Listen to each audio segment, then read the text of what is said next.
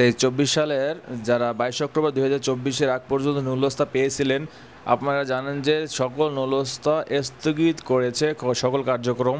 প্রত্যেকটা রিভেরিফাই ছাড়া কিন্তু আপনাদেরকে ভিসা দিবে না, কিন্তু বাতিল কিন্তু করেনি, শুধু স্থগিত করেছে। আপনারা দেখেছেন ইতিমধ্যে অনেকে কিন্তু অ্যাপয়েন্টমেন্ট পেয়ে জমা করেছে 23-24 সালের নুলস্থাগুলা, এবং অনেকে প্রেপুত্তরা থেকে একটা ছাড়পত্র নিয়ে অ্যাপয়েন্টমেন্ট ছাড়াই কিন্তু সেটা নিয়ে জমা করেছে। তো আপনাদেরকে বিস্তারিত বর্ণনা করব দুইটা সিস্টেম। আপনারাও চাইলে এই 23-24 সালের নুলস্থাগুলা আপনার মালিকের কাছ থেকে কাগজপত্র নিয়ে উকিলের মাধ্যমে প্রেপুত্তরে জমা দিয়ে ক্লিয়ারেন্স নিয়ে অথবা অ্যাপয়েন্টমেন্ট নিয়ে কিন্তু জমা করতে পারেন। সেগুলা অ্যাপয়েন্টমেন্টের ক্ষেত্রে হইতে পারে, সেগুলো ভিতরে যেগুলো পাসপোর্ট জমা রয়েছে, ভিসার জন্য ওয়েট করতেছে 23-24 সালে যেগুলো স্ক্যানিং কপি জমা, রিটার্ন পাসপোর্ট, সমস্ত কিছু এই ভিডিওতে উত্তরগুলো পাবেন। তো আপনারা প্রথম যেটা করবেন, প্রথম যে পদ্ধতিটা সেটা হচ্ছে যে আপনার যে মধ্যস্থতাকারী তাকে বলবেন যে মালিককে যেন বলে মালিকের সকল কাগজপত্র, যেমন মালিকের সাথে সরকারের লেনদেনের একটা কপি, দুপ সার্টিফিকেট যেন ক্লিয়ার থাকে, সরকার যেন কোনো তার কাছে ট্যাক্স ভ্যাট না পায় এরকম একটা ক্লিয়ারেন্স কাগজ, তারপর মালিকের আইডি কার্ড, মালিকের কোম্পানির কার্ড, তারপর আসাপ্রাসিওনে, মালিকের আনপাল সার্টিফিকেট, মালিকের ট্যাক্সের ডকুমেন্ট, তারপরে আপনার পাসপোর্ট, আপনার নুলস্থা, সকল বাসা আলো জসপতি, আর যা যা ডকুমেন্ট লাগে আরও প্রয়োজনে উকিলের সাথে অ্যাডভোকেটের সাথে আলাপ করে সমস্ত ডকুমেন্ট নিয়ে যদি প্রেপুত্তরে গিয়ে জমা দিয়ে আসে, আপনার মালিক যদি তারপরে একটা ডিক্লারেশন পেপার দেয় যে এই শ্রমিক আমার কাজে নিয়ে আসবো এবং এত টাকা স্যালারি হবে এবং কাজে রাখবো, এত ঘন্টা ডিউটি, তখন একটা মালিকের সিগনেচার সহ একটা ক্লিয়ারেন্স দিলে মালিক যদি ঠিক থাকে অবশ্যই আপনার এইভাবে অ্যাপয়েন্টমেন্ট পাবেন, অথবা যাদের ভিসার জন্য নুলস্থাগুলো 23-24 সালের ওয়েটিংয়ে আছে সেগুলো ভিসা সহ কিন্তু ফেরত পাবেন। এখানে কোনো তারিখ নেই। অনেকে প্রশ্ন করেন ভাই আমি 24 তারিখ মেল করেছি, মে মাসে মেল করেছি, এপ্রিল মাসে মেল করেছি, জুন মাসে মেল করেছি, এরকম কোনো কারণ নেই। অনেকে বলেন রিটার্ন পাসপোর্ট আছে, স্ক্যানিং কপি জমা আছে, সবার জন্য একই সিস্টেম।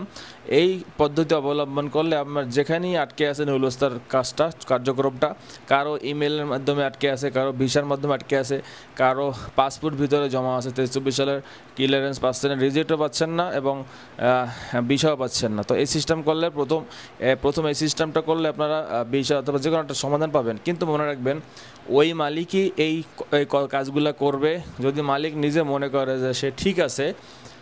ইতিপূর্বে দেখা গিয়েছিল মালিক শুধু কোনোভাবে জমা করলেই কিন্তু ইতালি সরকারের অত নজরদারি ছিল না, ভিসা পেয়ে যেত। এরপর মেলানি সরকার কঠোর হওয়ার কারণে, ডাবল যাচাই বাছাইয়ের কারণে অনেক মালিক কিন্তু বিপদে পড়েছে। সাথে সাথে আপনার যে মধ্যস্থতাকারী তাদের মধ্যে অনেকেই হাজার হাজার টাকা, লাখ লাখ টাকা, কোটি কোটি টাকা মালিকের কাছে লগ্নি করে তারাও বিপদে পড়েছে। এখন তারা এদিকেও যেতে পারতেছে না, ওইদিকেও যেতে পারতেছে না। এই একটা সিস্টেম। আমার কথাগুলো তিতা হলেও অনেক বাস্তবতা আছে। হয়তো অনেক মধ্যস্থতাকারী আপনাদের আমার এই ভিডিওর কমেন্টসে উল্টাপাল্টা কমেন্টস করতে পারেন, গালাগালি করতে পারেন যে ভাই তুমি এত কিছু কীভাবে জানো, তুমি কি ইমিগ্রেশন লয়ার কিনা। ভাই আমার কথা শুনে অনেকেই কিন্তু এই সিস্টেমে আগেই কিন্তু ভিসা পেয়েছে। আর আপনারা জানেন যে আমি প্রমাণ ছাড়া কোনো কথা বলি না। এবং যখন এই ভিডিওটা আপনার যারা ভিসা ওয়েটিংয়ে আছেন 23-24 নুলস্থা, তারা যখন এই ভিডিওটা দেখবে তখন তার মধ্যস্থতাকারীকে বলবে যে এই ভিডিওটা দেখেন, এই সিস্টেমে কাজটা করেন, তাহলে কিন্তু আপনি বিষয়গুলো হবে। তখন সে একটা বিব্রতকর অবস্থায় পড়ে যাবে, একটা ঝামেলার মধ্যে পড়ে যাবে। সে মধ্যস্থতাকারী নিজেরও কাজ থাকে, এই বিষয়ে দৌড়দৌড়ি করা একটা ঝামেলার কাজ। সেজন্য যারা মধ্যস্থতাকারী আছেন এদের তারা আমার উপরে খেপে গেলে যাইতেও পারে। তারপরে কিন্তু আমি যে সত্যি কথা যে লিগ্যাল সিস্টেম আপনাদেরকে বলে দিচ্ছি, আপনারা করলে আমার কথা মতো করতে পারেন, সেটা আপনাদের ব্যাপার। আচ্ছা, তারপরে যদি এই প্ল্যানে প্রথম প্ল্যানে যদি কাজ না হয়, দ্বিতীয় প্ল্যানে হচ্ছে আপনারা 3 জায়গাতে উকিলের মাধ্যমে ওই মালিককে প্যাক পাঠাইতে পারে, তাহলে এটা 100% কিন্তু আপনার ভিসাটা পাবেন। অথবা অ্যাপয়েন্টমেন্টের জন্য ঝুলে থাকলে অ্যাপয়েন্টমেন্ট পাবেন 23-24 সাল নুলস্থার। তা প্রথম প্রাদেশিক শ্রম অফিস, ঠিক আছে, একটা প্যাক পাঠাতে হবে। আমি লেখাগুলো আমার ভিডিও কমেন্টসও দিয়ে রাখবো, ডেসক্রিপশন বক্স ওখানেও দেখে নেবেন, বা প্রথম কমেন্টসও কিন্তু দিয়ে রাখবো। দ্বিতীয় হচ্ছে প্রাদেশিক অভিবাসন অফিস। আর তৃতীয় প্যাক পাঠাতে হবে পররাষ্ট্র ও আন্তর্জাতিক সহযোগিতা মন্ত্রণালয়।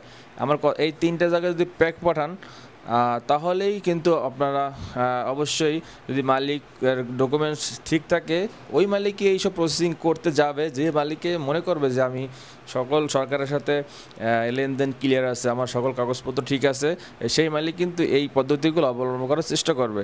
আর যেই মালিকের কাগজপত্র ঠিক নাই সেটা তারা আপনি জানবেন না বা আপনার মধ্যস্থতাকারী সেও কিন্তু জানবে না, সেও কিন্তু একটা উকিলের মাধ্যমে বা একটা মধ্যস্থতাকারীর মাধ্যমে মালিক পর্যন্ত পৌঁছাইছে এবং বিষয়গুলো কন্ট্যাক্ট করেছে। সেজন্য মালিক শুধু গড়িমসি করবে, বলবে যে ওয়েট করো ওয়েট করো ওয়েট করো, তোমাদের বাংলাদেশে সমস্যা, আমাদের ইতালিতে কোনো সমস্যা নেই, আমার কাজ সব করে দিয়েছি, এভাবে ইত্যাদি ইত্যাদি এভাবে বুঝ দিবে। কিন্তু বাস্তবতা হচ্ছে এটাই যে যতক্ষণ মালিক এই দুইটা পদ্ধতি অবলম্বন যে কোনো একটা না করবে, অথবা তখন কিন্তু আপনার ভিসাও এভাবে নুদুলস্তাগুলো স্থগিত হয়ে থাকবে, কোনোভাবে আগাবে না। যদি মেইল করে থাকেন মেইলের মাধ্যমে পড়ে থাকবে, অ্যাপয়েন্টমেন্ট পাবেন না। আর যেগুলো ভিতরে আটকে আছে পাসপোর্ট স্ক্যানিং কপি অথবা রিটার্ন পাসপোর্ট, ওভাবেই ফাইলগুলো আটকে থাকবে, এক পাও আগাবে না যদি ক্লিয়ারেন্স না করে এভাবে। কিন্তু আপনাদেরকে এভাবে আশ্বাস দেবে এবং বলবে যে ওয়েট করেন আপনারা পাবেন। আমার কথাগুলো যদি একটু মানে খারাপ শোনা যায় বা একটু কষ্টকর লাগবে, মানে একটু মাইন্ডে লাগবে যে যারা ভিসা মধ্যস্থতাকারী তাদের, আমার ভাই কিছু করার নেই। কারণ হাজার হাজার ভুক্তভোগী এরকম ঝুলে আছে, তাদের রিজেক্টও খাইতেছে না, ভিসাও পাইতেছে না, অ্যাপয়েন্টমেন্টও পাইতেছে না, কোনো কিছু হইতেছে না। তারা আছে উভয় সংকটে, না টাকা ফেরত চাইতে পারতেছে, টাকা ফেরত চাইলেই বলে যে তোমার তো কোনো ক্লিয়ারেন্স হয় না, তুমি নুলসা তো রিজেক্ট হয় না, তোমার টাকা কেন ফেরত দেবো। আর যারা ভুক্তভোগী আছে বাংলাদেশে, তাদের ঘুম নাই, তারা মানসিক ডিপ্রেশনে ভুগতেছে, শত শত মানুষ ডিপ্রেশন ভুগতেছে।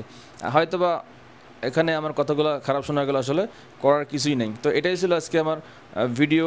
এই 23-24 নুলস্তা ঝুলে আছে সেগুলা ক্লিয়ারেন্স কীভাবে করতে পারবেন, আশা করি আমার কথা শুনলে আপনারা হয়তোবা ভিসা পেতেও পারেন, বাকিটা আপনাদের ইচ্ছা। আসসালামু আলাইকুম, সবাই ভালো থাকবেন এবং এই ভিডিওটা শেয়ার করে দেবেন যাতে অন্য একটা ভাই উপকৃত হতে পারে।